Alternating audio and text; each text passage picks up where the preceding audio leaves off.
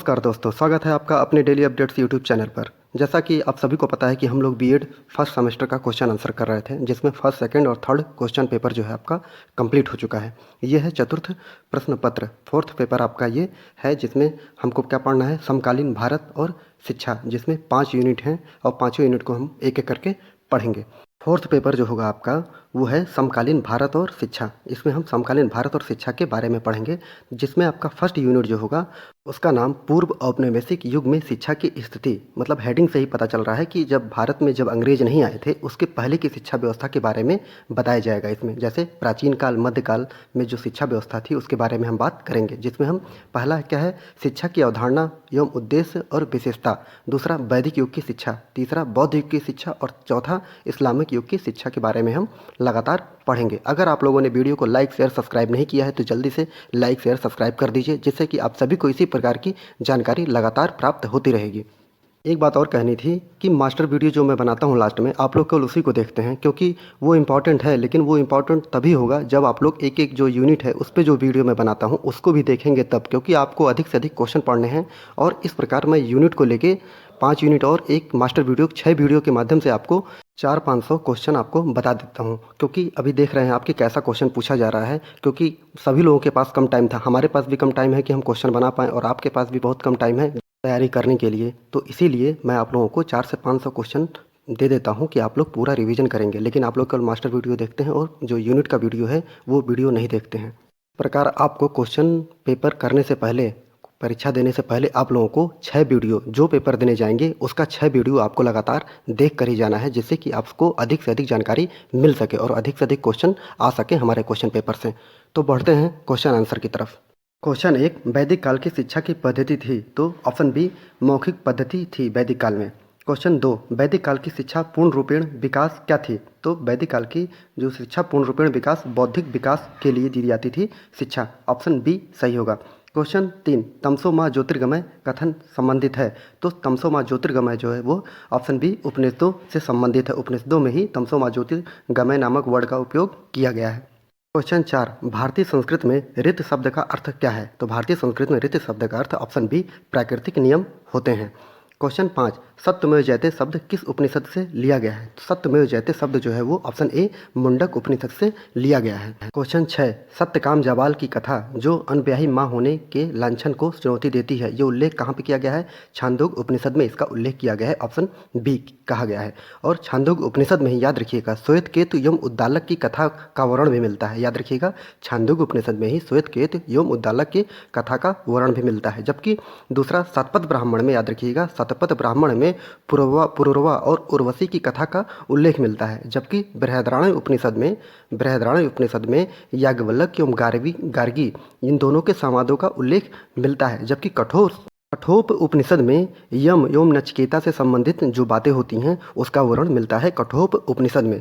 और बृहदारण्यक उपनिषद में ही क्या है, इसे वाजस्नेयी उपनिषद भी कहा जाता है। और इसी में ही बृहदारण्यक उपनिषद में ही अस्तो माह ज्योतिर्गमय, तमसो माह ज्योतिर्गमय जैसे शब्दों का प्रयोग किया गया है। और यह भी याद रखिएगा बृहदारण्यक उपनिषद जो है वो सबसे विशाल उपनिषद है और इसकी रचना जो है वो याज्ञवल्क्य महोदय ने की थी। क्वेश्चन 7, सर्ग, प्रतिसर्ग, वंश, मनमंत्र और वंशानुचरित के संकेत मिलते हैं किसमें मिलते हैं, ऑप्शन ए पुराणों में मिलते हैं। क्वेश्चन 8, वैदिक काल में अस्पृश्यता का आधार था, तो वैदिक काल में अस्पृश्यता का आधार ऑप्शन ए व्यवसाय के आधार पर जो है बंटवारा किया गया था। क्वेश्चन 9, संस्कारों की कुल संख्या कितनी है, तो संस्कारों की कुल संख्या 16 संस्कार माने गए हैं, ऑप्शन डी 16 संस्कार।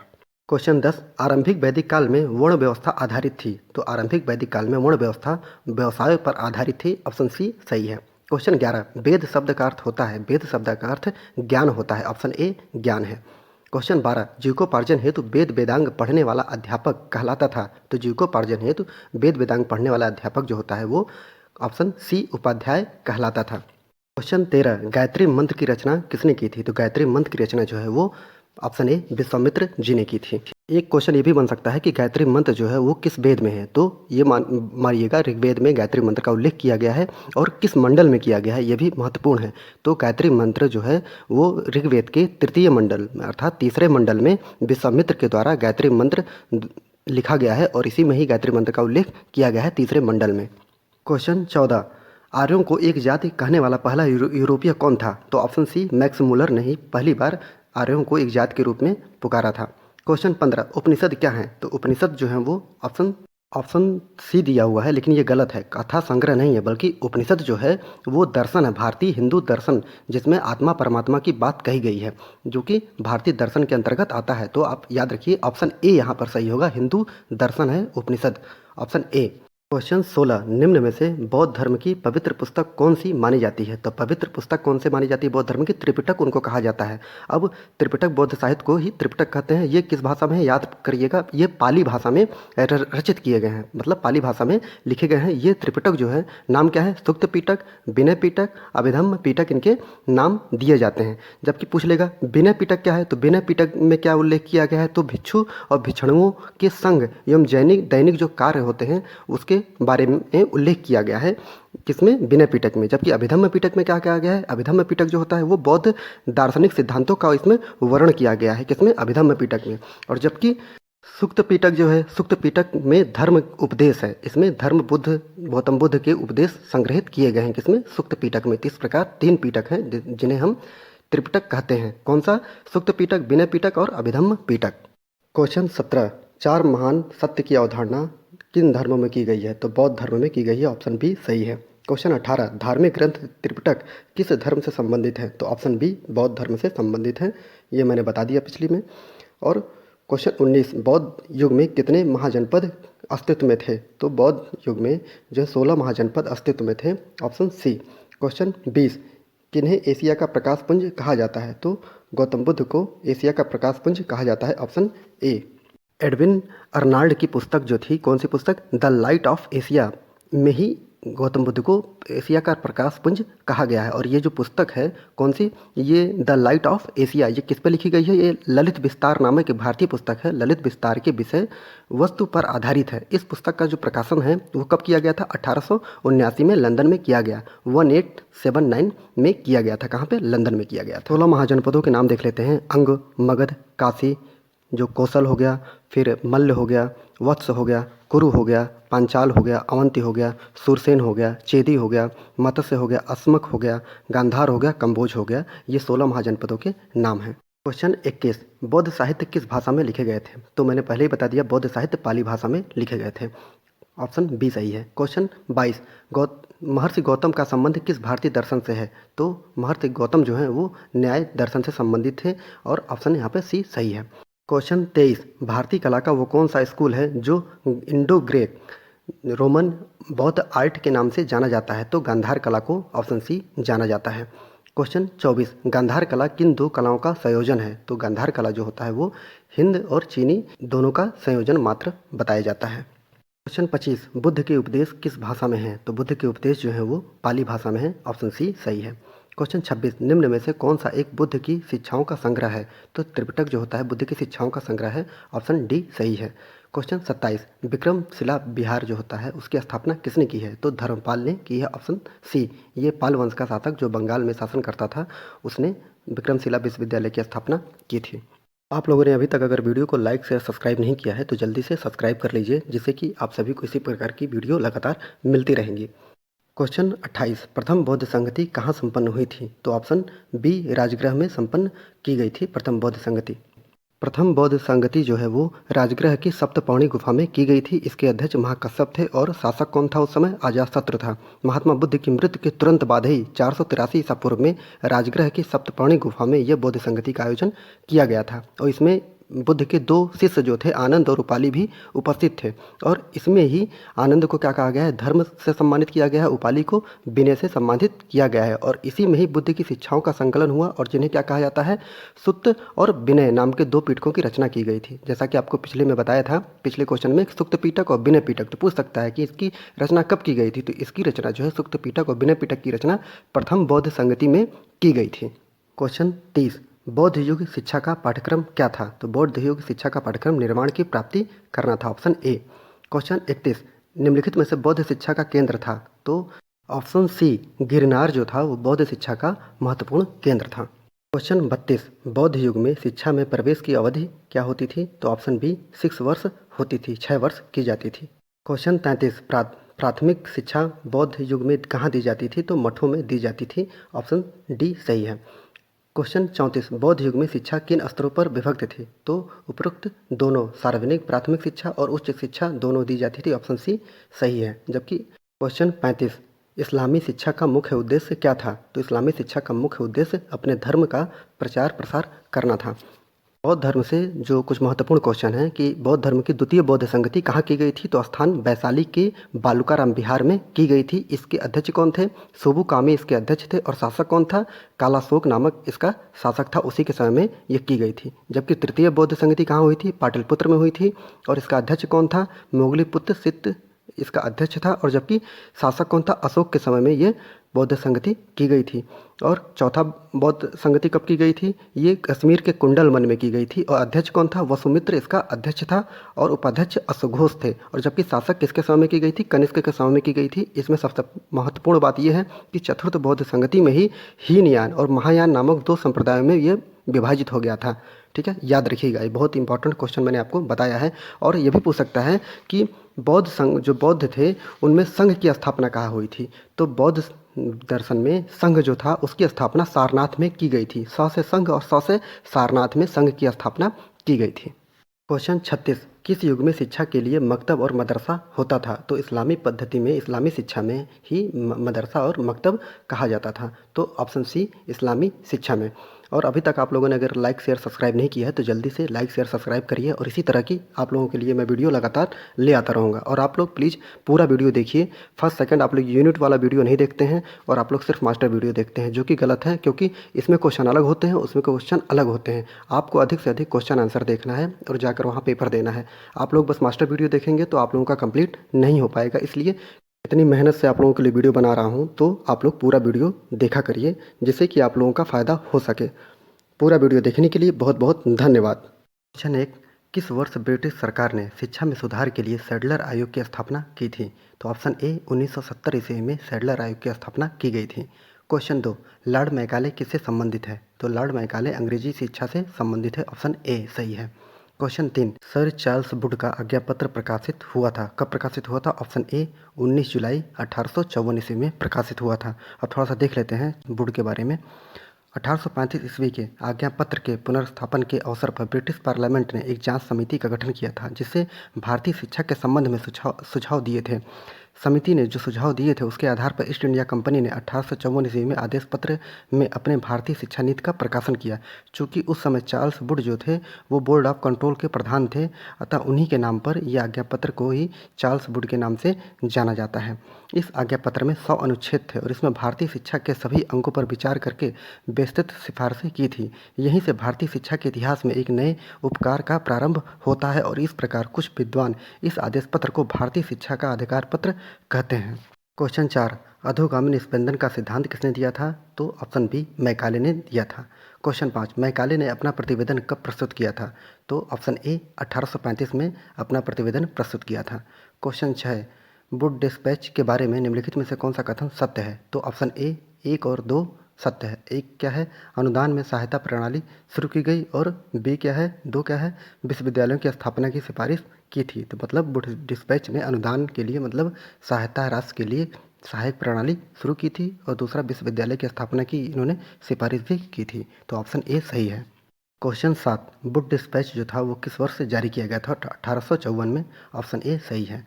क्वेश्चन 8 1885 में इंडियन नेशनल कांग्रेस की स्थापना किसकी पहल पर की गई थी? तो 1885 में इंडियन नेशनल कांग्रेस की स्थापना जो थी वो ऑप्शन बी ए.ओ. ह्यूम के कहने पर स्थापित की गई थी। क्वेश्चन 9 भारतीय राष्ट्रीय कांग्रेस का प्रथम अधिवेशन कब और कहाँ हुआ था? तो भारतीय राष्ट्रीय कांग्रेस का प्रथम अधिवेशन जो है वो इसमें गलत दिया हुआ है। ऑप्शन ए जो है 28 दिसंबर 1885 ईस्वी को बम्बई में दोपहर 12 बजे किया गया था और स्थान क्या था? गोकुलदास तेजपाल संस्कृत कॉलेज भवन में किया गया था। और इसके संस्थापक कौन थे? तो एलन ऑक्टेवियन ह्यूम महोदय इसके संस्थापक थे। इसका जो पहला अध्यक्ष कौन था? बोमेश चंद्र बनर्जी जो थे उसके पहले अध्यक्ष थे। और ये भी पूछ सकता है कि इसमें पहला कौन सदस्य था, मतलब कितने सदस्य इस पहले अधिवेशन में शामिल हुए थे? तो 72 सदस्य जो थे इस अधिवेशन में शामिल हुए थे। क्वेश्चन 10 कांग्रेस के प्रथम अधिवेशन की अध्यक्षता किसने की थी? तो इसमें पहले ही बता दिया मैंने, ऑप्शन बी बोमेश चंद्र बनर्जी ने कांग्रेस की प्रथम अध्यक्षता की थी। क्वेश्चन 11 राजा राम मोहन राय ने किसकी स्थापना की थी? तो राजा राम मोहन राय ने ब्रह्म समाज की स्थापना की थी। क्वेश्चन 12 वर्नाकुलर प्रेस एक्ट किसके शासनकाल में पारित किया गया था? तो वर्नाकुलर प्रेस एक्ट जो है वो ऑप्शन ए लॉर्ड लिटन के शासनकाल में पारित किया गया था। तो यहाँ पर महत्वपूर्ण ये है कि लॉर्ड लिटन का समय कब था? तो 1876 से 1880 के बीच लॉर्ड जो लिटन था वो भारत का गवर्नर जनरल था। तो वर्नाकुलर एक्ट जो है वो कब पारित किया गया था? 1878 ईस्वी में पारित किया गया था। इस अधिनियम द्वारा भारतीय भाषा में समाचार पत्रों को प्रतिबंधित कर दिया गया था।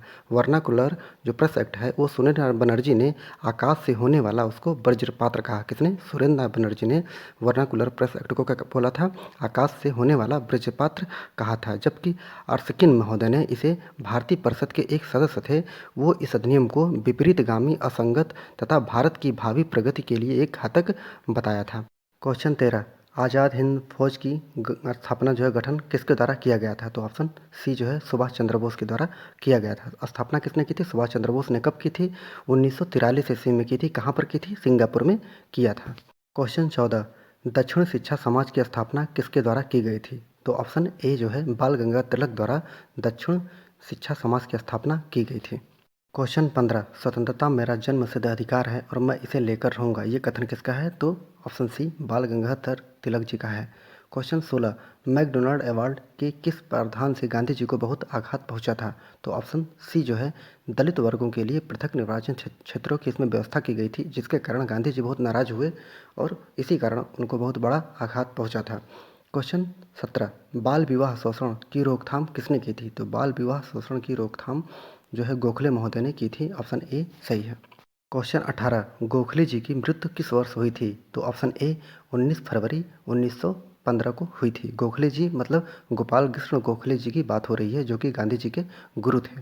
तो इनकी मृत्यु हुई थी 19 फरवरी 1915 ईस्वी में। ऑप्शन ए सही है।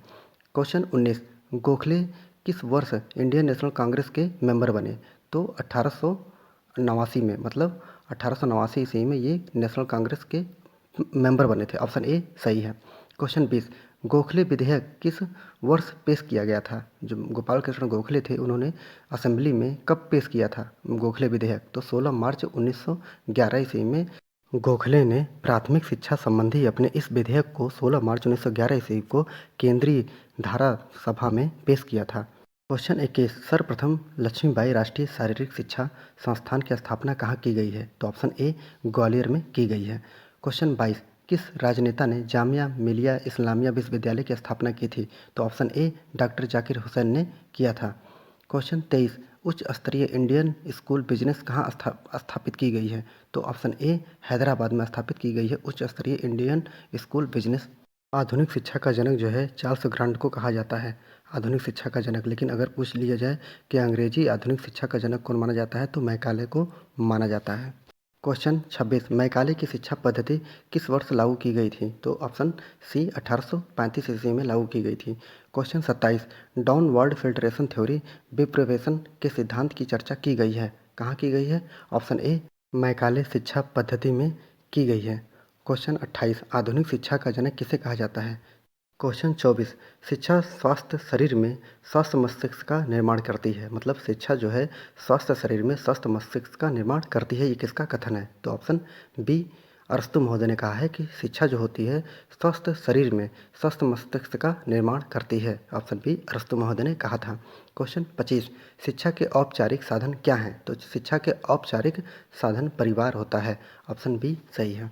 क्वेश्चन 29 भारतीय शिक्षा का मैग्ना कार्टा किसे कहा जाता है? तो ऑप्शन सी जो है वुड डिस्पैच को ही भारतीय शिक्षा का मैग्ना कार्टा कहा जाता है। ये कब आया था, ये आप लोग कमेंट में लिख के बताइए कि भारतीय शिक्षा के लिए मैग्ना कार्टा जो है वुड डिस्पैच वो भारत कब आया था, इस डेट को आप लोग बताइए। क्वेश्चन 30 निम्न में से किस शिक्षा नीति के तहत निचले स्तर पर भारतीय भाषा, मध्य भाषा पर अंग्रेजी एवं भारतीय भाषा एवं उच्च स्तर पर अंग्रेजी भाषा को अपनाया गया? तो किस में कहा गया है? ऑप्शन बी वुड डिस्पैच में कहा गया है। क्वेश्चन 31 किस शिक्षा नीति के तहत जो है 1857 में कलकत्ता, मद्रास, बम्बई में विश्वविद्यालय की स्थापना की गई थी? तो ऑप्शन सी वुड डिस्पैच के तहत जो है कलकत्ता और मद्रास, बम्बई में विश्वविद्यालय की स्थापना 1857 में की गई थी। क्वेश्चन 32 किस शिक्षा नीति के तहत भारत में शिक्षकों के प्रशिक्षण के लिए टीचर्स ट्रेनिंग स्कूल की स्थापना की अनुशंसा की गई थी? तो ऑप्शन ए वुड डिस्पैच के अनुसार ही भारत में शिक्षकों के प्रशिक्षण के लिए टीचर्स ट्रेनिंग स्कूल की स्थापना की अनुशंसा की गई थी। क्वेश्चन 33, वर्धा शिक्षा योजना किसने प्रारंभ की थी? तो वर्धा शिक्षा योजना जो है गांधी जी ने, ऑप्शन ए गांधी जी ने 1937 ईस्वी में प्रारंभ की थी। क्वेश्चन 34, प्रत्येक बालक और बालिका को विद्यालय छोड़ने के पश्चात किसी व्यवसाय में लगाकर स्वावलंबी बनाना चाहिए, ये कथन किसका था? तो ऑप्शन डी महात्मा गांधी जी का था। क्वेश्चन 35, अनिवार्य एवं निःशुल्क गांधी जी ने कहा था कि किस उम्र के बच्चों के लिए होनी चाहिए? अनिवार्य एवं निःशुल्क शिक्षा जो है गांधी जी ने कहा था किस वर्ग के उम्र के बच्चों के लिए होना चाहिए? तो 7 से 14 वर्ष के उम्र वाले बच्चों के लिए निःशुल्क शिक्षा होनी चाहिए, ऑप्शन बी सही है। क्वेश्चन 36, गोखले ने अनिवार्य एवं मुफ्त शिक्षा प्राथमिक शिक्षा के रूप में कब रखा था इसको? तो पीछे ही मैंने बता दिया था, यह 1910 नहीं है बल्कि 1911 है। मतलब 16 मार्च 1911 को ही उन्होंने केंद्रीय विधानसभा में उन्होंने इस विधेयक को रखा था। क्या?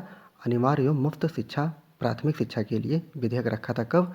16 मार्च 1911 को, सही है। क्वेश्चन 1, भारत में राष्ट्रीय साक्षरता मिशन की शुरुआत किस वर्ष हुई थी? तो ऑप्शन ए 5 मई 1988 को भारत में राष्ट्रीय साक्षरता मिशन की शुरुआत की गई थी। क्वेश्चन 2, राष्ट्रीय शैक्षिक अनुसंधान एवं प्रशिक्षण परिषद NCERT की स्थापना किस वर्ष की गई थी? तो ऑप्शन ए 1961 ईस्वी में की गई थी। क्वेश्चन 3, सर्वप्रथम लक्ष्मीबाई राष्ट्रीय शारीरिक शिक्षा संस्थान की स्थापना कहाँ की गई थी? तो ऑप्शन ए ग्वालियर में की गई है। क्वेश्चन 8, अधोगामी निस्पंदन का सिद्धांत किसने दिया था? तो ऑप्शन बी मैकाले ने दिया था। क्वेश्चन 9, थॉमस मैकाले ने अपना प्रतिवेदन कब प्रस्तुत किया था? तो 1835 में, ऑप्शन ए सही है। क्वेश्चन 10, राधाकृष्णन आयोग की संसदीय सिफारिशें संबंधित हैं, किससे संबंधित थी राधाकृष्णन आयोग की सिफारिशें? ऑप्शन ए उच्च शिक्षा से 1948 में इन्होंने प्रस्तुत किया था, तो उच्च शिक्षा से संबंधित थी, ऑप्शन ए सही है। क्वेश्चन 11, सर्वप्रथम विश्वविद्यालय शिक्षा आयोग के अध्यक्ष कौन थे? तो राधाकृष्णन आयोग के अध्यक्ष कौन थे? तो शिक्षा आयोग की स्थापना इन्होंने की थी। तो कब हुआ था? राधाकृष्णन आयोग जो हैं सर्वप्रथम विश्वविद्यालय शिक्षा आयोग के अध्यक्ष बने थे। क्वेश्चन 4, किस वर्ष ब्रिटिश सरकार ने शिक्षा में सुधार के लिए सैडलर आयोग की स्थापना की थी? ऑप्शन ए 1917 में की थी। क्वेश्चन 5, लॉर्ड मैकाले किससे संबंधित है? तो लॉर्ड मैकाले, ऑप्शन ए अंग्रेजी शिक्षा से संबंधित हैं। क्वेश्चन 6, वैदिक शिक्षा का प्रमुख संस्कार था, क्या था? ऑप्शन ए उपनयन संस्कार वैदिक शिक्षा का प्रमुख संस्कार माना जाता था, option A. Question 7, Charles Wood का आज्ञा पत्र प्रकाशित हुआ था, तो ये कब प्रकाशित हुआ था? ऑप्शन ए 19 जुलाई 1854 ईस्वी में प्रकाशित हुआ था। क्वेश्चन 12, विश्वविद्यालय अनुदान आयोग की स्थापना किस वर्ष की गई थी? तो ऑप्शन ए 1956 में विश्वविद्यालय अनुदान आयोग की स्थापना की गई थी। क्वेश्चन 13, भारतीय शिक्षा में 10+2+3 के आकार की सिफारिश किसने किया था? तो ऑप्शन ए जाकिर हुसैन महोदय ने 10+2+3 के आकार की सिफारिश की थी, ऑप्शन ए जाकिर हुसैन ने। क्वेश्चन 14, किस वर्ष ऑपरेशन ब्लैक बोर्ड नामक कार्यक्रम शुरू किया गया था? तो ऑप्शन ए 1987-1988 में ऑपरेशन ब्लैक बोर्ड नामक कार्यक्रम शुरू किया गया था। क्वेश्चन 15, किस राजनेता ने जामिया मिलिया इस्लामिया विश्वविद्यालय की स्थापना की थी? तो option A doctor Zakir Hussain ने जामिया मिलिया इस्लामिया विश्वविद्यालय की स्थापना की थी, ऑप्शन ए जाकिर हुसैन ने। क्वेश्चन 16, 10+2+3 शिक्षा पद्धति किस वर्ष लागू की गई थी? तो ऑप्शन ए राष्ट्रीय शिक्षा नीति 1986 में 10+2+3 शिक्षा पद्धति लागू की गई थी, जो वर्तमान में लागू है कि 10 के बाद 12 होता है, 12 के बाद BA 3 वर्ष का किया जाता है। तो ये किस वर्ष लागू की गई थी? 1986 के तहत ये कार्य आज भी हो रहा है। क्वेश्चन 17, भारत में प्रथम खुला अर्थात मुक्त विश्वविद्यालय कहाँ स्थापित किया गया था? प्रथम ओपन जो यूनिवर्सिटी है वो कहाँ स्थापित की गई थी? तो ऑप्शन सी हैदराबाद में भारत का प्रथम खुला अर्थात मुक्त विश्वविद्यालय स्थापित किया गया था, ऑप्शन सी हैदराबाद में। क्वेश्चन 18, भारत में खनन विश्वविद्यालय कहाँ स्थापित किया गया है? तो भारत में खनन विश्वविद्यालय जो है वो ऑप्शन ए धनबाद में स्थापित किया गया है। क्वेश्चन 19, भारत में सर्वप्रथम किस स्थान पर IIT कॉलेज स्थापित किया गया था? तो ऑप्शन ए खड़गपुर में सर्वप्रथम स्थापित किया गया था। क्वेश्चन बी, उच्च स्तरीय इंडियन बिजनेस स्कूल कहाँ स्थापित किया गया था? तो ऑप्शन ए हैदराबाद में स्थापित किया गया था। क्वेश्चन 21, भारत में नवोदय विद्यालय का क्या उद्देश्य है? तो भारत में नवोदय विद्यालय का स्थापना का क्या उद्देश्य था? ऑप्शन ए ग्रामीण प्रतिभाओं को अवसर देना नवोदय विद्यालय का उद्देश्य है। क्वेश्चन 22 किसने सर्वप्रथम मुक्त विश्वविद्यालय की स्थापना का विचार दिया था? तो ऑप्शन ए ब्रिटेन का प्रधानमंत्री विंस्टन चर्चिल ने मुक्त विश्वविद्यालय की स्थापना का विचार दिया था। Question 23 national institute of designing कहाँ अवस्थित है? तो ऑप्शन ए अहमदाबाद में अवस्थित है। क्वेश्चन 24 भारतीय सांख्यिकी संस्थान कहाँ अवस्थित है? ISI कहाँ अवस्थित है? तो ऑप्शन ए कोलकाता में अवस्थित है। क्वेश्चन 25 विश्वविद्यालय शिक्षा आयोग की स्थापना किस वर्ष की गई थी? तो विश्वविद्यालय शिक्षा आयोग की स्थापना ऑप्शन ए 4 नवंबर 1948 को की गई थी। क्वेश्चन 26 सर्वप्रथम किसे विश्वविद्यालय शिक्षा आयोग का अध्यक्ष बनाया गया था? तो ऑप्शन ए सर्वपल्ली राधाकृष्णन जी को विश्वविद्यालय शिक्षा आयोग का अध्यक्ष बनाया गया था। ऑप्शन ए सही है। क्वेश्चन 27 किस वर्ष भारत सरकार ने ग्रामीण उच्चतर शिक्षा समिति ने ग्रामीण शिक्षा का उत्तरदायित्व विश्वविद्यालय शिक्षा आयोग को सौंप दिया था? तो ऑप्शन ए 1954 ईस्वी में सौंप दिया था। क्वेश्चन 28 विश्वविद्यालय शिक्षा आयोग की सिफारिश के आधार पर विश्वविद्यालय अनुदान आयोग का गठन किया गया था। तो कब किया गया था? ऑप्शन ए 1953 ईस्वी में विश्वविद्यालय अनुदान आयोग का गठन किया गया था। बहुत ही इंपॉर्टेंट क्वेश्चन है। क्वेश्चन 29 किस वर्ष भारत सरकार ने माध्यमिक शिक्षा आयोग की स्थापना की घोषणा की थी? अर्थात मुदलियार कमीशन की स्थापना की घोषणा किस वर्ष की थी? 1852 ईस्वी में। ऑप्शन ए सही है। अगर आप लोगों ने अभी तक चैनल को सब्सक्राइब नहीं किया है तो जल्दी से इसको सब्सक्राइब कर लीजिए, क्योंकि इसी तरह की लगातार वीडियो आपको प्राप्त होती रहेंगी। अभी आप लोगों ने वीडियो देखना कम कर दिया है, क्योंकि जो यूनिट वाली वीडियो हैं आप लोगों ने बिल्कुल नहीं देखे हैं, बस आप लोग मास्टर वीडियो देख रहे हैं, जिससे कि लाभ नहीं होने वाला है। इसीलिए मैं इस बार मास्टर वीडियो ही बना रहा हूँ कि कम से कम आप लोग पूरा वीडियो तो देखिए। तो बढ़ते हैं आगे। क्वेश्चन 30 भारत सरकार ने किस वर्ष एक प्रस्ताव द्वारा विश्वविद्यालय अनुदान आयोग के तत्कालीन अध्यक्ष प्रोफेसर कोठारी की अध्यक्षता में शिक्षा आयोग अर्थात कोठारी कमीशन की नियुक्ति की घोषणा की थी? तो याद रखिएगा कोठारी कमीशन की स्थापना की गई थी। ऑप्शन ए 14 जुलाई 1964 में कोठारी कमीशन की स्थापना की गई थी। याद रखिएगा, वेरी वेरी इंपॉर्टेंट क्वेश्चन है, 14 जुलाई 1964। क्वेश्चन 31 भारत सरकार ने कोठारी आयोग सिफारिश नीति का निर्धारण किस वर्ष किया था? तो स्थापना कब हुई थी? 1964 में। दिन याद कर लीजिएगा, 14 अगस्त 1964। और इन्होंने कब अपनी सिफारिश पेश की थी?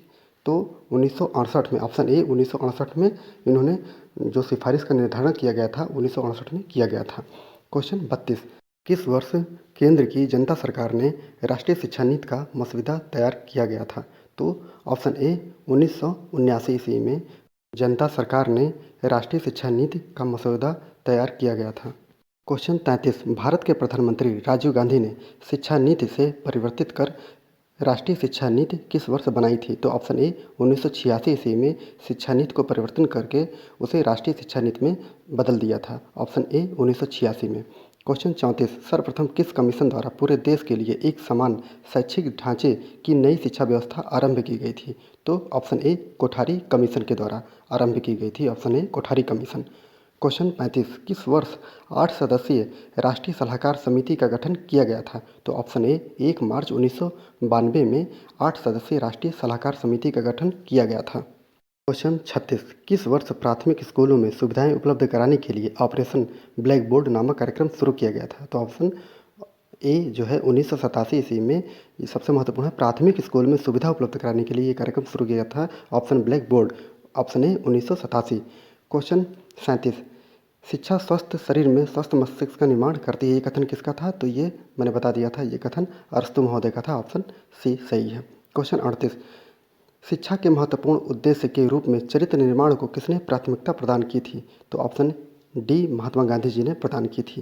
क्वेश्चन 39 बालक अर्थात बच्चे का मस्तिष्क कोरी स्लेट की तरह होता है, ये कथन किसका है? तो ऑप्शन ए रूसो महोदय ने ये कथन दिया था।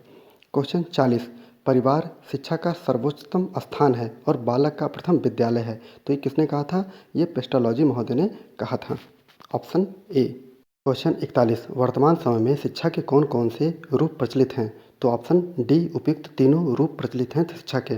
तो कौन कौन से हैं? औपचारिक शिक्षा, अनौपचारिक शिक्षा और निरौपचारिक शिक्षा, ये तीनों ही रूप वर्तमान में प्रचलित हैं।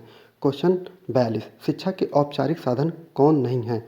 ऑप्शन सी जो है परिवार और समाज जो होते हैं वो औपचारिक साधन नहीं हैं। औपचारिक साधन कौन से हैं? विद्यालय हैं, पुस्तकालय हैं, संग्रहालय हैं, लेकिन परिवार और समाज नहीं हैं। क्वेश्चन 43 निरौपचारिक शिक्षा के विभिन्न साधनों से किस आयु वर्ग के लिए अधिक दबाव डाला गया था? तो ऑप्शन डी 20 से 35 वर्ष के लोगों पर अधिक दबाव डाला गया था। ऑप्शन डी 20 से 35 वर्ष सही होगा। क्वेश्चन 44 निम्नलिखित में से राष्ट्रीय शिक्षा नीति 2020 के उद्देश्य क्या थे?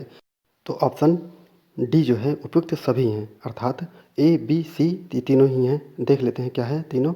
तो 2030 तक स्कूली शिक्षा में 100% करना है 2030 तक। और बी क्या है, पूर्व विद्यालय से माध्यमिक स्तर शिक्षा का सार्वभौमिकरण करना है। और सी क्या है, स्कूली बच्चों में से 2 करोड़ को मुख्य धारा में वापस लाना है। तो उपयुक्त इस प्रकार सभी सही हैं। क्वेश्चन 45 नई शिक्षा नीति 2020 के अंदर कितनी आयु वर्ग के बच्चों की शिक्षा के अधिकार कानून 2009 के अंतर्गत रखा गया है? तो ऑप्शन बी जो है 3 से 18 साल के बच्चों को रखा गया है, ऑप्शन बी। क्वेश्चन 46 नई शिक्षा नीति 2020 में कौन सी भाषा को कक्षा 5 तक खत्म कर दिया गया है? तो ऑप्शन ए जो है अंग्रेजी भाषा को कक्षा 5 तक खत्म कर दिया गया है। ये बहुत ही अच्छा सरकार का डिसीजन है, क्योंकि अब बच्चे जो हैं कक्षा 5 तक के वो मातृभाषा में अपनी शिक्षा ग्रहण कर सकेंगे। क्वेश्चन 47 नई शिक्षा नीति 2020 के अनुसार 5वीं कक्षा तक की शिक्षा किस भाषा में होगी? तो ऑप्शन सी जो होगा मातृभाषा में होगी, स्थानीय भाषा या क्षेत्रीय भाषा में होगी। क्वेश्चन 48 नई राष्ट्रीय शिक्षा नीति 2020 के अनुसार कौन सी कक्षा तक की शिक्षा को मातृभाषा, स्थानीय भाषा या क्षेत्रीय भाषा में कराया जाएगा? तो ऑप्शन ए होगा क्लास 5 तक के जो बच्चे होंगे उनको अब मातृभाषा में, स्थानीय भाषा या क्षेत्रीय भाषा में जो होगी क्लास उनकी की जाएगी। तो ऑप्शन ए क्लास 5। क्वेश्चन 49 नई शिक्षा नीति 2020 का लक्ष्य किस वर्ष तक 3 से 18 आयु वर्ग के प्रत्येक बच्चे को गुणवत्तापूर्ण शिक्षा प्रदान करना है? तो ऑप्शन सी 2030 तक प्रदान करना है। क्वेश्चन 50 किस वर्ष तक स्कूली शिक्षा में 100% के साथ माध्यमिक स्तर तक का लक्ष्य रखा गया है? तो ऑप्शन सी 2030 तक लक्ष्य रखा गया है। क्वेश्चन 51 किस वर्ष तक उच्च माध्यमिक में 50% GER को बढ़ाने का लक्ष्य रखा गया है? तो ऑप्शन ए 2035 तक GER को बढ़ाने का लक्ष्य रखा गया है। क्वेश्चन 1 मानव संसाधन विकास मंत्रालय का नाम बदलकर क्या रख दिया गया है? तो option B ministry of education रख दिया गया है। क्वेश्चन 2 स्कूल पाठ्यक्रम में 10+2 पैटर्न पर अब कब कौन सा पैटर्न होगा? तो उसके स्थान पर अब ऑप्शन डी 5+3+3+4 पैटर्न लागू किया जाएगा। क्वेश्चन 3 नई शिक्षा नीति 2020 के अनुसार वोकेशनल कोर्स किस क्लास से शुरू किया जाएगा? तो ऑप्शन सी क्लास 6 से शुरू किया जाएगा। क्वेश्चन 4 देश में शोध और अनुसंधान को बढ़ावा देने के लिए किस संगठन की स्थापना की जाएगी? तो option B national research foundation की स्थापना की जाएगी, ऑप्शन बी सही है। क्वेश्चन 5 नई शिक्षा नीति के अनुसार स्नातक कितने वर्ष का होगा? नई शिक्षा नीति के अनुसार स्नातक जो होगा वो ऑप्शन सी 3 से 4 वर्ष का होगा, ऑप्शन सी सही है। क्वेश्चन 6 नई शिक्षा नीति के अनुसार स्नातकोत्तर अर्थात पीजी को कितने वर्ष का कर दिया गया है? तो ऑप्शन डी 1 या 2 वर्ष का पीजी किया जाएगा। क्वेश्चन 9 प्रधानमंत्री कौशल विकास योजना का आरंभ कब किया गया था?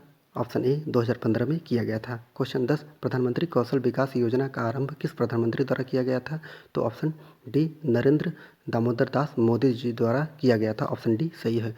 क्वेश्चन 11 प्रधानमंत्री रोजगार सृजन कार्यक्रम योजना का आरंभ कब किया गया था? तो ऑप्शन ए 2021 में किया गया था। क्वेश्चन 12 जनसंख्या के दृष्टिकोण से भारत विश्व में कौन सा स्थान है? ऑप्शन ए दूसरा स्थान है, पहला चीन का है। क्वेश्चन 6 नई शिक्षा नीति के अनुसार स्नातकोत्तर अर्थात पीजी को कितने वर्ष का कर दिया गया है?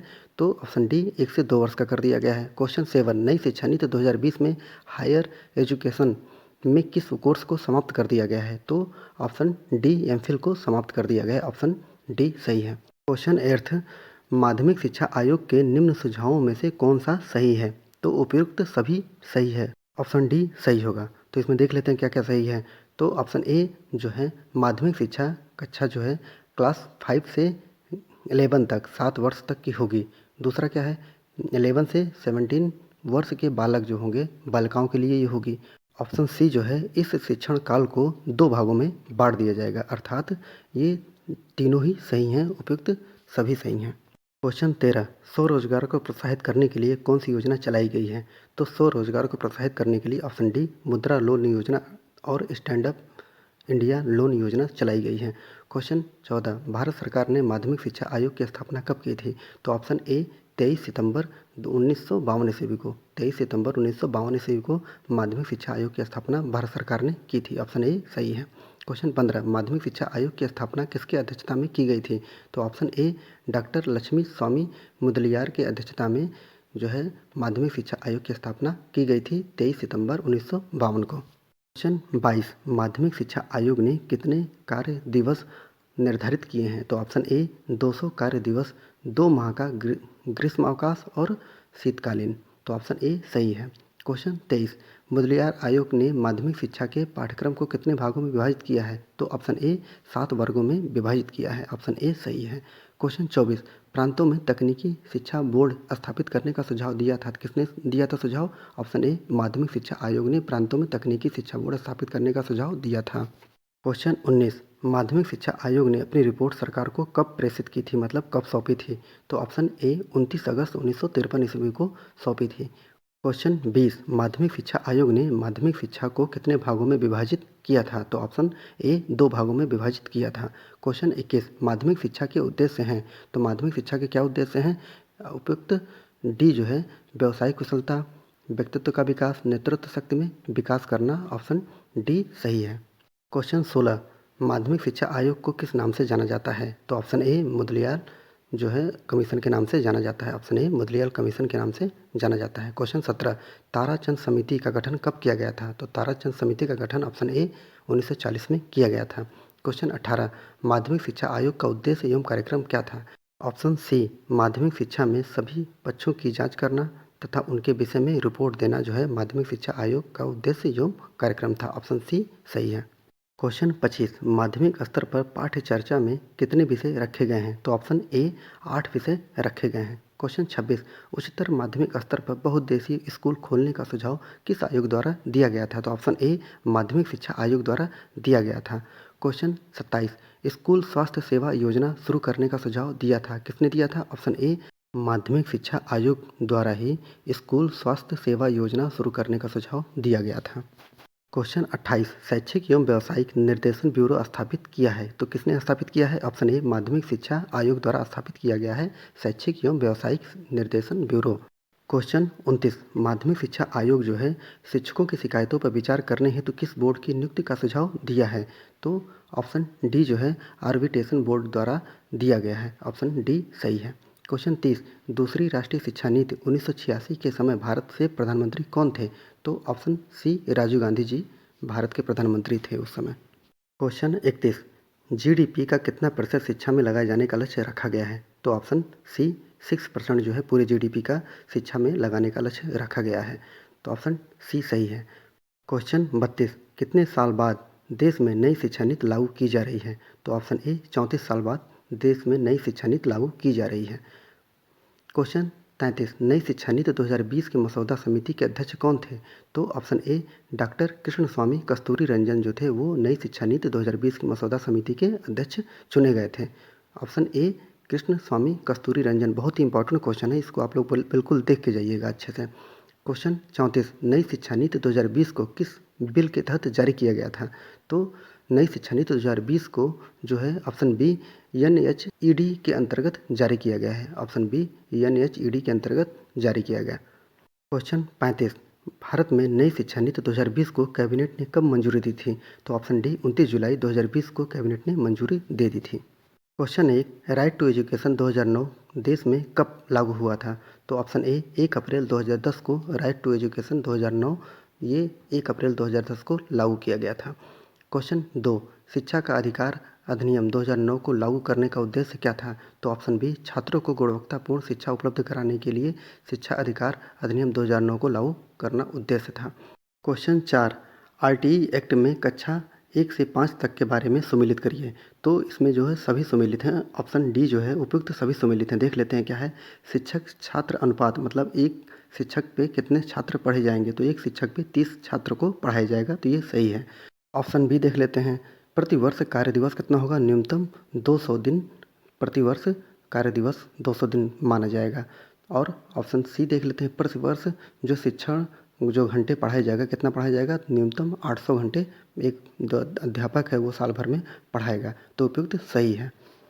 क्वेश्चन 5 आरटीई एक्ट 2009 के किस अनुच्छेद की शक्ति का प्रयोग करते हुए राज्य सरकार अपने राज्य में लागू करने हेतु अधिनियम बनाती है? तो ऑप्शन डी जो है वो अनुच्छेद 38 जो है, ऑप्शन डी अनुच्छेद 38 के द्वारा ये प्रयोग किया जाता है। क्वेश्चन 6, भारतीय संविधान का अनुच्छेद 21 से संबंधित है? तो ऑप्शन सी जो है निःशुल्क एवं अनिवार्य बाल शिक्षा का अधिकार से संबंधित है अनुच्छेद 21 ए। क्वेश्चन 7, शिक्षा विषय है किसका विषय है? ऑप्शन सी समवर्ती सूची का विषय है। शिक्षा पर केंद्र सरकार भी कानून बना सकती है और राज्य सरकार भी कानून बना सकती है, अर्थात ऑप्शन सी समवर्ती सूची का विषय है शिक्षा। क्वेश्चन 8, आरटीई अधिनियम 2009 के अनुसार अध्यापकों में से कौन कौन से गैर शैक्षणिक कार्य करवाए जा सकते हैं? तो उपयुक्त सभी, ऑप्शन डी उपयुक्त सभी कार्य करवाए जा सकते हैं। नंबर 1, जनगणना के भी कार्य करवा सकते हैं, आपदा राहत के भी एवं चुनावी संबंधी कार्य करवाए जा सकते हैं शिक्षकों से। अगर वो छुट्टी पर या उनका स्कूल बंद है, कोई भी दिक्कत होती है तो ये उपयुक्त सारे काम करवाए जा सकते हैं सरकार के द्वारा। क्वेश्चन 9, शिक्षा के मूल अधिकार कब घोषित किया गया था? शिक्षा को मूल अधिकार ऑप्शन ए 2002 को घोषित किया गया था। क्वेश्चन 10, 6 से 14 वर्ष के बच्चों को मुफ्त एवं अनिवार्य शिक्षा प्रदान करने का दायित्व है? ऑप्शन ए और बी दोनों को, अर्थात केंद्र सरकार एवं राज्य सरकार दोनों को दिया गया है दायित्व। क्वेश्चन 11, निजी विद्यालयों की मान्यता प्राप्त संबंधी प्रावधान किस अनुच्छेद या धारा में बताया गया है? तो ऑप्शन बी धारा 18 में बताया गया है। क्वेश्चन 12, कितने छात्रों पर 5 अध्यापक एवं 1 प्रधानाध्यापक मानक निर्धारण किया गया है? तो ऑप्शन डी जो है 150 से अधिक पर स्थापित किया गया है। क्वेश्चन 13, मदरसा का संबंध किससे है? तो मदरसा का संबंध ऑप्शन डी उच्च शिक्षा से संबंधित है। मैंने पहले ही बता दिया है कि मदरसा जो होता है वो क्या है, वो मुस्लिमों में जो उच्च शिक्षा जो दिया जाता है उसमें मदरसे में ही दिया जाता है। Question 14, Eklavya education foundation Ahmedabad की स्थापना कब हुई थी? तो एकलव्य एजुकेशन फाउंडेशन अहमदाबाद की स्थापना जो है ऑप्शन सी 1986 में की गई थी। जबकि एकलव्य एक भारतीय एनजीओ है जो भोपाल मध्य प्रदेश में शिक्षा के क्षेत्र में काम कर रहा है। यह 1982 में एक अखिल भारतीय के रूप में पंजीकृत किया गया था और इस संगठन का नाम महाभारत में एक कहानी के नायक एकलव्य के नाम पर रखा गया है। प्राथमिक शिक्षा के क्षेत्र में वैज्ञानिक पद्धति एवं बाल शिक्षा में तकनीकी विकास पर एकलव्य फाउंडेशन द्वारा क्रियान्वयन कराया जा रहा है। इस संस्था का दर्शन शिक्षा के उन्नयन में समाज में महत्वपूर्ण भूमिका रखता है। क्वेश्चन 15, एकलव्य है, एकलव्य क्या है? एक गैर सरकारी संगठन है, एक गैर लाभकारी संगठन है और एक अव्यावसायिक संगठन है। उपयुक्त सभी है, तो ऑप्शन डी उपयुक्त सभी है। क्वेश्चन 16, एकलव्य संगठन बल देता है, किस पर बल देता है? तो उपयुक्त सभी पर बल देता है। क्वेश्चन 17, एकलव्य संगठन मध्य प्रदेश में कहाँ स्थापित किया गया है? तो ऑप्शन सी भोपाल में स्थापित किया गया है। क्वेश्चन 18, एकलव्य संगठन मध्य प्रदेश की अखिल भारतीय संस्था के रूप में कब पंजीकृत किया गया था? तो ऑप्शन बी 1982 में पंजीकृत किया गया था। क्वेश्चन 19, एकलव्य संगठन जो है मध्य प्रदेश में प्रयासरत है, कहाँ प्रयासरत है, किस लिए? तो ऑप्शन डी उपयुक्त सभी के लिए, आप लोग पढ़ लीजिएगा, उपयुक्त सभी के लिए प्रयासरत है। क्वेश्चन 20, एकलव्य संगठन का नाम किसके जीवन से प्रभावित है? तो ऑप्शन सी जो है महाभारत के पात्र एकलव्य के जीवन चरित्र से प्रभावित है, ऑप्शन सी सही है। क्वेश्चन 21, एकलव्य संगठन मध्य प्रदेश के किस विषय में एमए कोर्स संचालन करता है? तो ऑप्शन ए प्रारंभिक शिक्षा के विषय में जो है वो एमए कोर्स संचालित करता है, ऑप्शन ए सही है। क्वेश्चन 22, एकलव्य ने मध्य प्रदेश के कितने जिलों में सामुदायिक शिक्षण केंद्र स्थापित किए हैं? तो ऑप्शन बी जो है 5 जिलों में स्थापित किए हैं। क्वेश्चन 23, एकलव्य मध्य प्रदेश द्वारा बच्चों के लिए किस मासिक परीक्षा का प्रकाशन किया जाता है? तो ऑप्शन बी जो है चकमक परीक्षा का प्रकाशन किया जाता है, मासिक जो है परीक्षा का प्रकाशन किया जाता है चकमक, तो ऑप्शन बी सही है। क्वेश्चन 24, एकलव्य हाई स्कूल के किस विषय पर किस नाम से प्रकाशित करता है? तो ऑप्शन ए संदर्भ विषय के नाम से प्रकाशित करता है, ऑप्शन ए सही है। Question 25, core and laws limited company ने चौथे रुपये को कहाँ खर्च करती है? तो ऑप्शन सी जो है शैक्षणिक संस्थानों के लिए ख़त्म करती है। Core and laws limited company ने चौथे रुपये को कहाँ खर्च करती है? शैक्षणिक संस्थानों के लिए खर्च करती है। क्वेश्चन 26, अधोगामी निस्पंदन का सिद्धांत किसने दिया था? तो ये सिद्धांत मैकाले ने दिया था। ये भी पूछ सकता है कि ये किस क्षेत्र के लिए दिया गया था अधोगामी निस्पंदन सिद्धांत? तो ये शिक्षा के लिए दिया गया था। क्वेश्चन 27, राधाकृष्णन आयोग की सिफारिशें संबंधित थी, तो किससे संबंधित थी राधाकृष्णन आयोग की सिफारिशें? ऑप्शन ए उच्च शिक्षा से संबंधित थी। क्वेश्चन 28, निरौपचारिक शिक्षा के विभिन्न साधनों से किस आयु वर्ग के लिए अधिक दबाव डाला गया है? तो ऑप्शन डी 20 से 35 वर्ष। क्वेश्चन 29, शिक्षा के औपचारिक साधन कौन नहीं है? तो ऑप्शन सी परिवार एवं समाज नहीं है, जबकि औपचारिक साधन क्या है? विद्यालय, पुस्तकालय, संग्रहालय माना जाता है।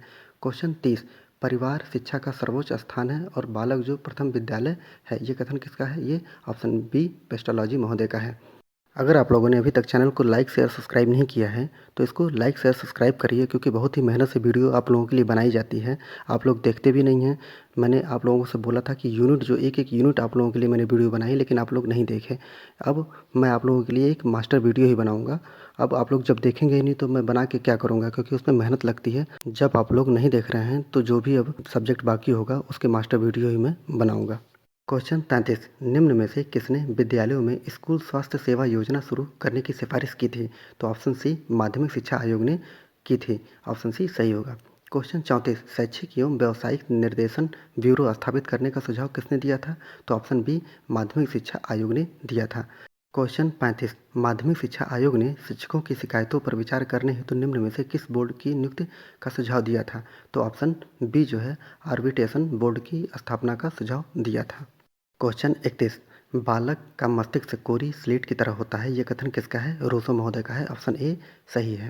क्वेश्चन 32, निम्न में से किसने 17 वर्ष से कम आयु के बच्चों के राजनीतिक आंदोलन में भाग लेने व चुनाव प्रचार करना गैर कानूनी घोषित किए जाने का सुझाव दिया था? तो ऑप्शन ए माध्यमिक शिक्षा आयोग ने सुझाव दिया था।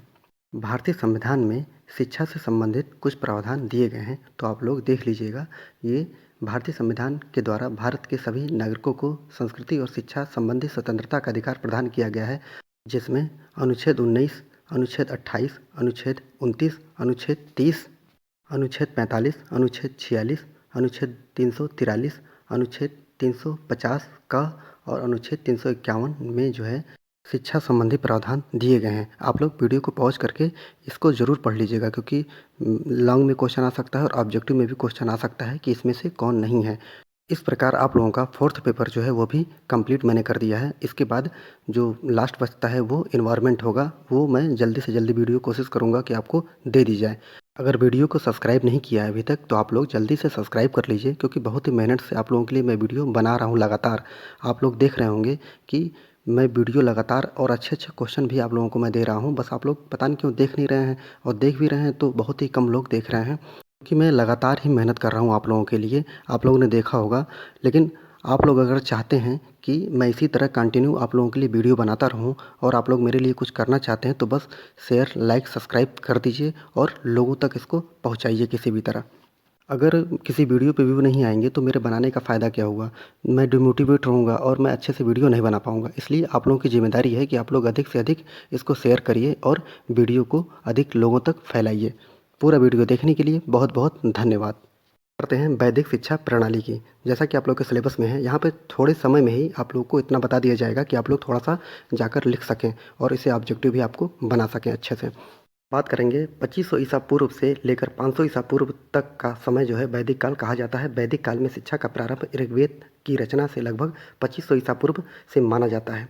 पॉइंट 2 जो है, इस काल को कई टुकड़ों में बांटा गया है। जैसे वैदिक काल को में बांटा गया है, फिर उत्तर वैदिक काल, फिर ब्राह्मण काल, उपनिषद काल, सूत्र काल और सबसे लास्ट में स्मृति काल में बांटा गया है।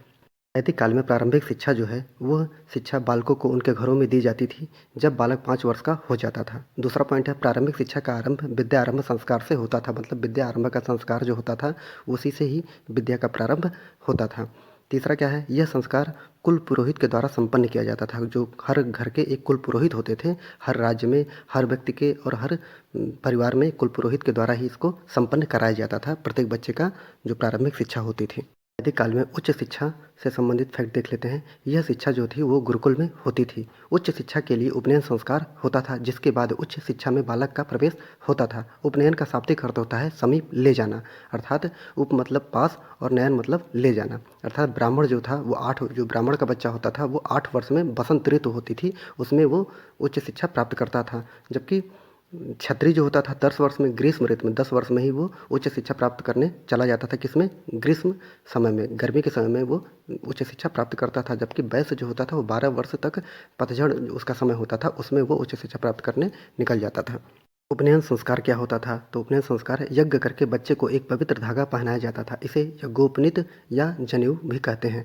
जनेऊ में 3 सूत्र होते हैं, मतलब 3 धागे होते हैं। ये 3 देवता को प्रदर्शित करते हैं। कौन सा? ब्रह्मा, विष्णु, महेश के प्रतीक ये तीनों धागे होते हैं। आप लोग अगर पहने होंगे तो जान रहे होंगे, 3 होते हैं, ब्रह्मा, विष्णु, महेश उनको कहा जाता है। आशा है कि शिक्षा प्रारंभ करने के पहले देवताओं को मनाया जाए। जब देवता साथ होंगे तो अच्छी शिक्षा आ जाएगी।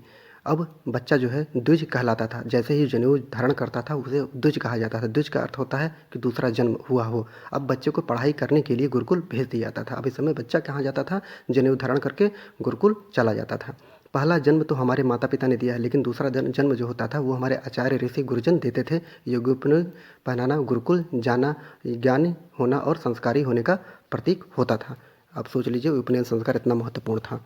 बहुत ही इंपॉर्टेंट ये फैक्ट बताने जा रहा हूँ। आप लोगों को पता है कि वैदिक धर्म में 16 संस्कार हिंदुओं के लिए माना गया है कि हिंदू संस्कार 16 होते हैं, जिसमें 10वां क्या है?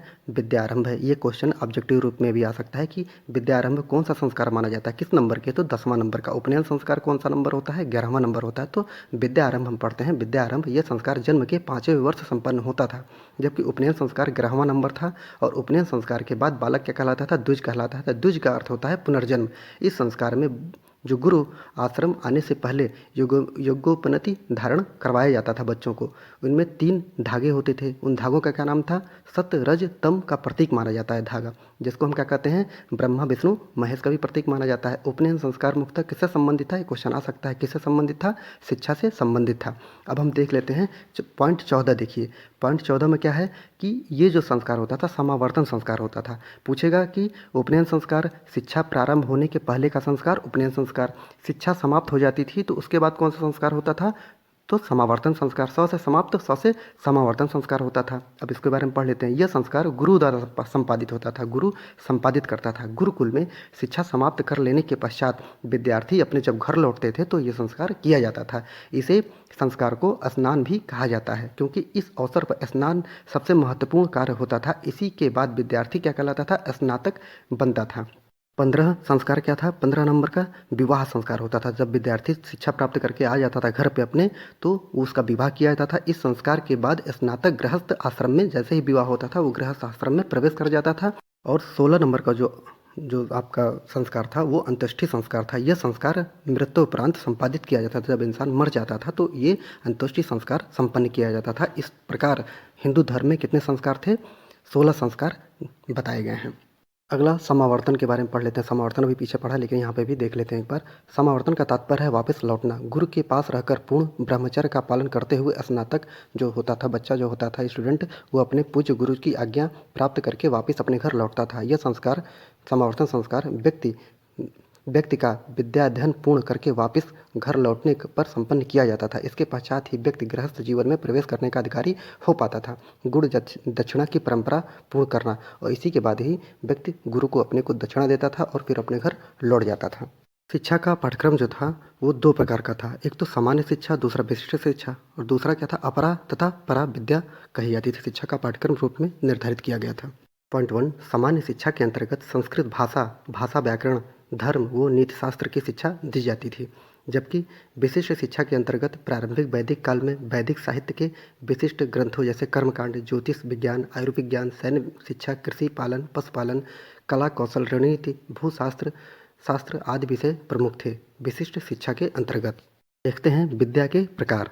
इसमें हम पहले ही बता दिया है कि 2 प्रकार होते थे, अपरा विद्या और परा विद्या। तो अपरा विद्या में क्या होता था? अपरा विद्या के द्वारा अपरा प्रकृति का पूर्ण रहस्यमय ज्ञान प्राप्त होता था। अपरा प्रकृति को ही भौतिक प्रकृति कहा जाता था, मतलब जो हमें दिखाई देता हो उसी को ही भौतिक प्रकृति या अपरा प्रकृति कहा जाता था। जबकि दूसरा क्या था? परा विद्या होता था, जिसमें ब्रह्म मीमांसा वेदांत सूत्र के द्वारा ही पर ब्रह्म एवं परा प्रकृति का पूर्ण ज्ञान प्राप्त होता था। वेदांत में ही ब्रह्म के बारे में विस्तार से मीमांसा की गई है, इसलिए वेदांत को ही ब्रह्मसूत्र या ब्रह्म मीमांसा कहा गया है। आगे देखते हैं कि वैदिक काल में जो छात्रों को सिखाया जाता था, उसको ज्ञान की परीक्षा के लिए गुरु क्या होता था, उसको मौखिक प्रश्न पूछता था, क्योंकि अभी लेखन का ज्ञान नहीं हो पाया था। तो मौखिक प्रश्न पूछकर उसके आधार पर ही निर्णय लिया जाता था कि जो हमने सिखाया है, ज्ञान प्राप्त किया है, बच्चा जो है ज्ञान प्राप्त कर पाया है कि नहीं। तो 12 वर्ष जो शिक्षा प्राप्त करता था उसे क्या कहा जाता था, स्नातक। 24 वर्ष जो शिक्षा प्राप्त करता था उसे वसु, और 36 वर्ष जो प्राप्त करता था उसे रुद्र। और जबकि सबसे उच्च व्यक्ति जो होता था, जो सबसे ज़्यादा पढ़ा लिखा होता था, वो 48 वर्ष शिक्षा प्राप्त करता था, उसे क्या कहा जाता था, आदित्य। जैसे आज आज के समय में जो पीएचडी होता है, उस समय उसको आदित्य कहा जाता था। तो वैदिक काल में हम शिक्षण संस्थाओं के बारे में पढ़ देते हैं कि शिक्षण संस्थाएं जो होती थी, सबसे छोटी शिक्षण संस्था क्या होती थी, टोल कही जाती थी, जिसमें एक ही शिक्षक होता था जो विद्यार्थियों को पढ़ाता था। उससे बड़ा क्या होता था, चरण होता था। उससे बड़ा घटिका, फिर परिषद, फिर विद्यालय पीठ, और फिर लास्ट में विश्वविद्यालय होते थे, जहाँ पर अनेकों टीचर पढ़ाते थे और हजारों विद्यार्थी पढ़ते थे। तो सबसे ऊंचा विश्वविद्यालय और सबसे छोटा टोल शिक्षण संस्थान वैदिक काल में होता था। वैदिक काल में शिक्षण के केंद्र देख लेते हैं प्राचीन काल में। तो तक्षशिला, मिथिला, प्रयाग, काशी, कांची, इसको याद रखिएगा आप लोग, और लिखने में काम आएगा और ऑब्जेक्टिव में भी काम आएगा आपके। तो तक्षशिला जो होता था सबसे महत्वपूर्ण शिक्षा का केंद्र माना जाता है, जो कि अफगानिस्तान पाकिस्तान में उस समय था। अब पाकिस्तान में ये क्षेत्र तक्षशिला पड़ता है। दूसरा, मिथिला का क्षेत्र, ये वर्तमान में बिहार के क्षेत्र में पड़ता है। जबकि प्रयागराज के बारे में आप जान ही रहे, इलाहाबाद, ये भी महत्वपूर्ण क्षेत्र था। जबकि काशी, अब की आज का बनारस जो है, वो भी जो शिक्षा का बहुत महत्वपूर्ण केंद्र था। और कांची, दक्षिण भारत में वैदिक शिक्षा के लिए सबसे महत्वपूर्ण क्षेत्र कौन सा था, कांची एक जगह है, वहाँ जो है वो वैदिक काल में सबसे महत्वपूर्ण केंद्र था। कहाँ पर, दक्षिण भारत में। एक बात और, तक्षशिला के बारे में अगर आ जाए कुछ भी लिखने के लिए, तो याद रखिएगा तक्षशिला जो है भारत का सबसे पुराना विश्वविद्यालय कहा जाता है। इसमें कौन कौन पढ़े हुए हैं, जैसे चंद्रगुप्त मौर्य इसी में पढ़ाई किया हुआ था, और हमारे चाणक्य जो हैं वो भी इसी में पढ़े हुए थे, और चरक महोदय इसी में पढ़े हुए थे, अश्रुत महोदय इसी में पढ़े हुए थे। जितने भी महान वैज्ञानिक हो गए, या लेखक हो गए, साहित्यकार हो गए, रणनीतिकार हो गए, सभी कहाँ पढ़े हुए थे प्राचीन काल में, ये सभी तक्षशिला में ही पढ़े हुए थे। इतना महानतम ये विश्वविद्यालय उस समय हुआ करता था। उसके बाद ही नालंदा का नाम आता है, नालंदा विश्वविद्यालय। अब बात कर लेते हैं उस समय जो प्राचीन काल में, वैदिक काल में शिक्षा दी जाती थी, शिक्षा देने का उद्देश्य क्या था। जैसे आज हम लोग शिक्षा देते हैं तो नौकरी पाना हर व्यक्ति का उद्देश्य होता है, उसी प्रकार उस समय शिक्षा का उद्देश्य क्या था, तो ईश्वर भक्ति एवं मोक्ष की प्राप्ति करना, मतलब ईश्वर को प्राप्त करना, और मोक्ष मतलब इस जीवन के जो जन्म होता है उससे मुक्ति प्रदान हो जाना। अब अगर भक्ति में लीन हो गए तो भगवान के चरण में जाएंगे और वहीं पे लीन हो जाएंगे, फिर से हमारा जन्म नहीं होगा। चरित्र निर्माण करना था, चरित्र हमारा अच्छा हो, हम कोई गलत काम ना कर, व्यक्तित्व का विकास करना, नागरिक एवं सामाजिक कर्तव्य निभाना अपने, और कर्तव्यों का विकास करना। कर्तव्यों का विकास मतलब क्या, एक पुत्र का, एक बेटे का, एक माँ का, मतलब सभी अपने कर्तव्य जो हो हम निभा सकें, एक समाज के प्रति हमारा क्या कर्तव्य है उसको निभा सकें। सामाजिक कुशलता एवं सुख की उन्नति करते थे, सामाजिक कुशलता की बात करते थे, और सभी लोग हमारे सदस्य जो वो सभी लोग क्या हों, खुश रहें, उनकी उन्नति की कामना करते थे। संस्कृति का संरक्षण एवं विस्तार करना ही शिक्षा का मुख्य उद्देश्य होता था।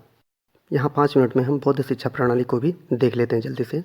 लगभग 600 ईसा पूर्व से 1200 ईसा पूर्व तक समय जो है वो बौद्ध काल का कहा जाता है। इससे पूर्व वैदिक धर्म की पूर्णतः पतन हो चुका था, और वैदिक धर्म में कर्मकांड एवं बाह्य आडंबर मात्र शेष रह गए थे। दूसरा क्या है, धर्म के प्रसार के लिए जनसाधारण की भाषा का उपयोग किया गया। महात्मा बुद्ध द्वारा परिवर्तित धार्मिक क्रांति का प्रभाव भारतीय शिक्षा पर भी पड़ा। परिणाम स्वरूप नई शिक्षा प्रणाली का जन्म हुआ, जिसे बौद्धकालीन शिक्षा प्रणाली कहा जाता है। आगे देख लेते हैं, बौद्धकालीन शिक्षा को 2 रूपों में व्यवस्थित किया गया है। नंबर 1 प्रारंभिक शिक्षा, दूसरा उच्च शिक्षा। बौद्ध काल में जो प्रारंभिक शिक्षा थी, उसमें प्रारंभिक शिक्षा की व्यवस्था बौद्ध मठों में की जाती थी। याद रखिएगा, बौद्ध मठों में प्रारंभिक शिक्षा दी जाती थी। दूसरा, यह केवल बौद्ध धर्म के अनुयायियों के लिए ही नहीं बल्कि जनसाधारण के लिए भी शिक्षा दी जाती थी। तीसरा, प्रारंभिक शिक्षा पूर्णतः धार्मिक थी, कालांतर में लौकिक शिक्षा की व्यवस्था की गई। चौथा क्या है, बौद्ध मठों में प्रवेश के लिए तब प्रवज्जा संस्कार होता था, जिसके लिए माता पिता की अनुमति आवश्यक होती थी। पाँचवां, प्रवेश के उपरांत बालक जो होता था क्या कहलाता था, श्राम श्रेणी कहलाता था। बौद्ध काल में प्रवज्जा संस्कार क्या होता था, तो प्रवज्जा संस्कार में मुख्य रूप से एक मठ का प्रमुख भिक्षु बालक से 3 बार यह कहलवाता था। क्या कहलवाता था, नंबर 1 बुद्धम शरणम गच्छामि, मतलब हम बुद्ध के शरण में हैं। दूसरा क्या करता था, धम्म शरणम गच्छामि, हम धम्म के शरण में हैं। तीसरा, संघम शरणम गच्छामि, संघ के शरण में हैं। ये जो है वहाँ का जो भिक्षु होता था बालक से 3 बार कहलवाता था, 3 बार। प्रवज्जा संस्कार के 10 आदेश होते थे, जिसमें जीव हत्या न करना, चोरी न करना, अशुद्धता न करना, असत्य न बोलना, मादक पदार्थों का सेवन न करना, वर्जित समय पर भोजन न करना, नृत्य एवं संगीत से दूर रहना, श्रृंगार की वस्तुओं का प्रयोग न करना, ऊंचे बिस्तरों पर न सोना, सोना चांदी का दान न लेना। अब देख लीजिए उस समय की स्थिति क्या थी और आज की स्थिति क्या है। पहला पॉइंट, बौद्ध शिक्षा प्राप्त करने का अधिकार समाज के सभी वर्गों को था, केवल चंडाल ही इस शिक्षा को ग्रहण नहीं कर सकते थे। दूसरा पॉइंट, प्रारंभिक शिक्षा प्रारंभ होने की आयु समानता 6 वर्ष थी, शिक्षा की अवधि जो होती थी वो 6 वर्ष थी। तीसरा, प्रारंभिक शिक्षा का पाठ्यक्रम बालकों को प्रथम 6 मास में सिद्धिरस्तु नाम की बालपोथी पढ़ाई जाती थी। चौथा, बालकों को 6 माह के पश्चात 5 विद्याओं की शिक्षा दी जाती थी, शब्द विद्या, तर्क विद्या, चिकित्सा विद्या, अध्यात्म विद्या और शिल्प विद्या की शिक्षा दी जाती थी। आगे देखते हैं बौद्धकालीन प्रारंभिक शिक्षण विधि क्या थी। नंबर 1 जो है वो शिक्षण विधि प्राय मौखिक होती थी। दूसरा क्या है, शिक्षक बालक को लकड़ी की तख्ती पर वर्णमाला के अक्षरों को लिखकर उनका उच्चारण करता था और बालक का अनुसरण करता था। बौद्ध काल में उच्च शिक्षा देख लेते हैं कैसे दी जाती थी। तो पॉइंट 1, उच्च शिक्षा बौद्ध मठों एवं विहारों में दी जाती थी, परंतु सभी मठ या विहारों में समान विषयों की शिक्षा नहीं दी जाती थी। दूसरा पॉइंट, बौद्ध मठों या विहारों में उच्च शिक्षा प्रदान प्राप्त करने के लिए प्रवेश के नियम जो थे वो अत्यंत कठिन थे। प्रवेश हेतु कोई जात का प्रतिबंध नहीं था, मतलब हर जाति के लोग इसमें प्रवेश ले सकते थे। तीसरा, संघ के एक विद्वान व्यक्ति को अपना गुरु चुनना होता था। शिक्षार्थी को बौद्ध संघ के देशों के समक्ष उपस्थित होकर उनके प्रश्नों के उत्तर देने होते थे। निर्णय होने के बाद प्रवेश की अनुमति मिल जाने पर शिक्षार्थी का उपसंपदा संस्कार होता था। उपसंपदा संस्कार क्या होता था बौद्ध धर्म में? तो पॉइंट 1, बौद्ध संघ में प्रवेश को ही उपसंपदा संस्कार कहा जाता था। दूसरा पॉइंट, उपदा संस्कार जो होता था दीक्षा भिक्षुओं के संस्कार हैं। यह दीक्षा उन श्रामसेन को दी जाती थी जो आजीवन भिक्षु रहने की इच्छा रखते थे, मतलब वो गृहस्थों के लिए नहीं, ये संस्कार जो था वो नहीं था, यह संस्कार गृहस्थों के लिए नहीं था। उपदा संस्कार के बाद भिक्षु को 8 नियमों का पालन करने का निर्देश दिया जाता था। तो वीडियो पॉज करके आप लोग पढ़ लीजिए। बुद्ध काल में जो पाठ्यक्रम होता था शिक्षा का उसको देख लेते हैं। उच्च शिक्षा में 2 प्रकार के पाठ्यक्रम प्रचलित थे, धार्मिक शिक्षा और लौकिक शिक्षा। बात करते हैं धार्मिक शिक्षा के बारे में। तो पॉइंट 1, इस पाठ्यक्रम के अंतर्गत बौद्ध धर्म के प्रचार तथा निर्माण प्राप्ति के लिए शिक्षा दी जाती थी। दूसरा क्या है, इसके अंतर्गत 3 धर्म ग्रंथों का ज्ञान करवाया जाता था, जिन्हें हम क्या कहते थे, त्रिपिटक कहा जाता था। कौन से? सूक्त पिटक, विनय पिटक और अभिधम्म पिटक कहते हैं। बौद्ध धर्म में अष्टांगिक मार्ग का बहुत महत्वपूर्ण ही स्थान है। सांसारिक दुखों से मुक्ति हेतु बुद्ध ने अष्टांगिक मार्ग पर चलने की बात कही, मतलब इस जीवन मरण के चक्र से अगर आप बाहर निकलना चाहते हैं तो आप अष्टांगिक मार्ग का अनुसरण करिए, तभी आपको निर्वाण प्राप्ति होगी।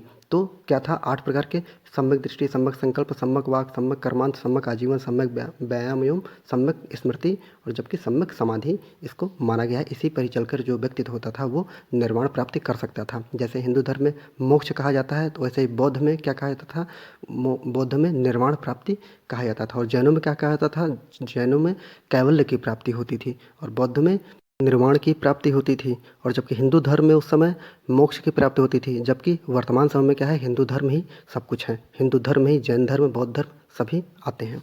बौद्ध धर्म में लौकिक शिक्षा के बारे में देख लेते हैं। पॉइंट 1, इसे जनसाधारण के लिए निर्धारित किया गया था। दूसरा पॉइंट, लौकिक शिक्षा द्वारा आर्थिक एवं सामाजिक जीवन के लिए तैयार किया गया था। तीसरा पॉइंट, इसके अंतर्गत जो है दर्शन हो गया, साहित्य, तर्कशास्त्र, न्यायशास्त्र, शिक्षा शास्त्र एवं राज्य व्यवस्था आदि का ज्ञान करवाया जाता था लौकिक शिक्षा के अंतर्गत। बौद्ध धर्म में शिक्षा के जो केंद्र महत्वपूर्ण थे वो कौन से हैं? तक्षशिला, नालंदा, विक्रमशिला, वल्लभी, मिथिला, उदंतपुरी और जगदल्ला।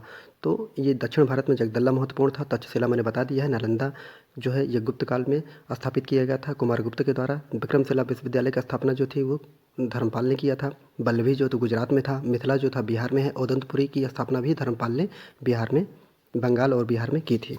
जल्दी से 5 मिनट में मध्यकालीन शिक्षा प्रणाली के बारे में देख लेते हैं। मध्यकालीन शिक्षा का समय 1206 से लेकर 1757 तक माना जाता है। लगभग 550 वर्षों तक भारत पर मुस्लिम काल शिक्षा का जो है वो वर्चस्व बना रहा।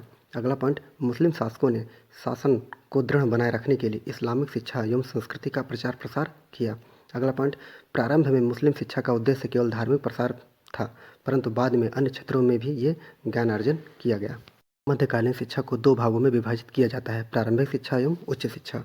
प्रारंभिक शिक्षा के बारे में देखते हैं। पॉइंट 1, बालकों को प्रारंभिक शिक्षा मकतब में दी जाती थी। मकतब का जो अरबी भाषा में शब्द होता है वो कुतुब शब्द से बना हुआ है, जिसका अर्थ होता है लिखना। दूसरा पॉइंट, इस प्रकार मकतब का अभिप्राय उन स्थानों से है जहाँ लिखना सिखाया जाता था।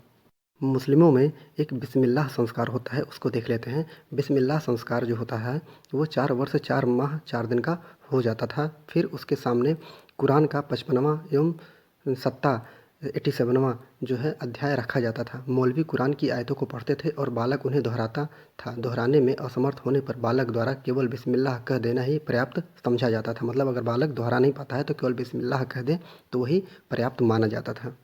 मकतब में प्रारंभिक शिक्षा 2 प्रकार से प्रचलित थी। पहला जनसाधारण के लिए, जिसमें बालक को लिपि का ज्ञान करवाया जाता था और उच्चारण पर विशेष बल दिया जाता था। लिखने की शिक्षा और उच्चारण पर विशेष बल दिया जाता था। पॉइंट अलग क्या था? दूसरा, शहजादों की शिक्षा जो होती थी, शहजादे अपने परिवार के संरक्षण में रहते थे और उनकी शिक्षा के लिए एक मौलवी रखा जाता था जो उन्हें अरबी और फारसी सिखाता था। तीसरा पॉइंट क्या है? मकतब की शिक्षण विधि मौखिक थी, रटने पर अधिक बल दिया जाता था। शिक्षा व्यवस्था राज्य तथा धनी लोगों द्वारा दी जाती थी। मध्यकाल में उच्च शिक्षा के बारे में देख लेते हैं।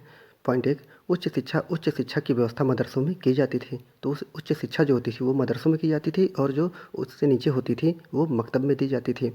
अगला पॉइंट, मदरसा शब्द अरबी भाषा के दरस शब्द से बना हुआ है, जिसका अभिप्राय है भाषण देना। अंततः मदरसा वह स्थान है जहाँ भाषण दिया जाता था। तीसरा पॉइंट क्या है? मकतब की शिक्षा समाप्त होने के बाद मदरसे में प्रवेश किया जाता था। प्रवेश के समय कोई भी विशेष संस्कार या रस्म नहीं की जाती थी। मतलब प्राचीन काल में जो उपनयन संस्कार जो होता था और समावर्तन संस्कार होता था, उसके द्वारा शिक्षा ग्रहण की जाती थी और छोड़ी जाती थी, जबकि यहाँ पर कोई भी संस्कार या रस्म नहीं निभाई जाती थी। मदरसों का पाठ्यक्रम जो होता था अत्यंत विस्तृत अर्थात बड़ा होता था। अध्ययन की अवधि जो थी वो 10 से 12 वर्ष की थी। मदरसों में 2 प्रकार के पाठ्यक्रम होते थे, लौकिक शिक्षा एवं धार्मिक शिक्षा दी जाती थी। बात कर लेते हैं मध्यकाल में धार्मिक शिक्षा के बारे में। इसके अंतर्गत इस्लाम धर्म की शिक्षा दी जाती थी, जिसमें कुरान शामिल था और साथ ही साथ मोहम्मद साहब ने जो उपदेश दिए थे, जो इस्लामी कानून बताए थे, उन सबको सम्मिलित करके बच्चों को पढ़ाया जाता था। मदरसों की शिक्षा का माध्यम फारसी होता था, परंतु मुसलमानों के लिए अरबी का अध्ययन भी अनिवार्य होता था। राजपदों पर फारसी का ज्ञान रखने वाले व्यक्तियों को ही नियुक्त किया जाता था। मदरसों में अधिकांशतः शिक्षण मौखिक रूप से होता था और रटने पर विशेष बल दिया जाता था। मदरसे में शिक्षकों को उस्ताद कहते थे तथा छात्रों को शागिर्द कहा जाता था। छात्रावास वाले मदरसों में शिक्षक तथा छात्र जो थे वो साथ साथ रहते थे। अगला पॉइंट, मदरसों की आर्थिक व्यवस्था का दायित्व तो राज्य का नहीं था, क्योंकि उस समय शिक्षा के लिए राज्य द्वारा कोई भी अलग व्यवस्था नहीं की गई थी, परंतु राज्य की ओर से कभी कभी आर्थिक सहायता दी जाती थी। जबकि शिक्षा जो मदरसा और मकतब कौन बनवाता था? मदरसा और मकतब जो था समाज के ही जो धनी वर्ग होते थे, जो मुस्लिम धनी वर्ग थे, वही व्यवस्था करते थे और इसी प्रकार जो है इस्लामिक शिक्षा आगे बढ़ती थी। मध्यकालीन शिक्षा में किसी भी प्रकार की व्यवस्थित परीक्षा प्रणाली का प्रचलन नहीं था। शिक्षक अपने विवेक से छात्र को एक कक्षा से दूसरी कक्षा में तरक्की दे देते थे। दूसरा पॉइंट, किसी विषय पर गहन अध्ययन अथवा प्रतिभा प्रदर्शित करने वाले छात्रों को उपाधियों से जो दिया जाता था, विभूषित किया जाता था उपाधियों से। अगर कोई व्यक्ति जो है, कोई छात्र तर्कशास्त्र जानता था तो उसे फाजिल की उपाधि दी जाती थी, और कोई धर्मशास्त्र के बारे में जानता था तो उसे आमिल की उपाधि दी जाती थी, और जो साहित्य के बारे में जानता था उसे काबिल की उपाधि दी जाती थी। ये ऑब्जेक्टिव में भी ये क्वेश्चन पूछा जा सकता है। मध्यकालीन शिक्षा के प्रमुख केंद्र कौन कौन से थे? नंबर 1, दिल्ली। दिल्ली जो था वो शाहजहाँ के समय में महत्वपूर्ण शिक्षा का केंद्र बन गया था, जबकि आगरा जो था वो अकबर के समय महत्वपूर्ण केंद्र था। और जो सबसे महत्वपूर्ण जगह कौन सी थी, उसको सिराज हिंद ही कहा जाता था। जौनपुर नामक स्थान जो था उत्तर प्रदेश में, वो महत्वपूर्ण था। और बीदर जो था वो दक्षिण भारत में जो था बीदर, वो बहुत ही महत्वपूर्ण मुस्लिम शिक्षा का केंद्र हुआ करता था। और जबकि मालवा जो है एक महत्वपूर्ण मुस्लिम शिक्षा का केंद्र बना हुआ था।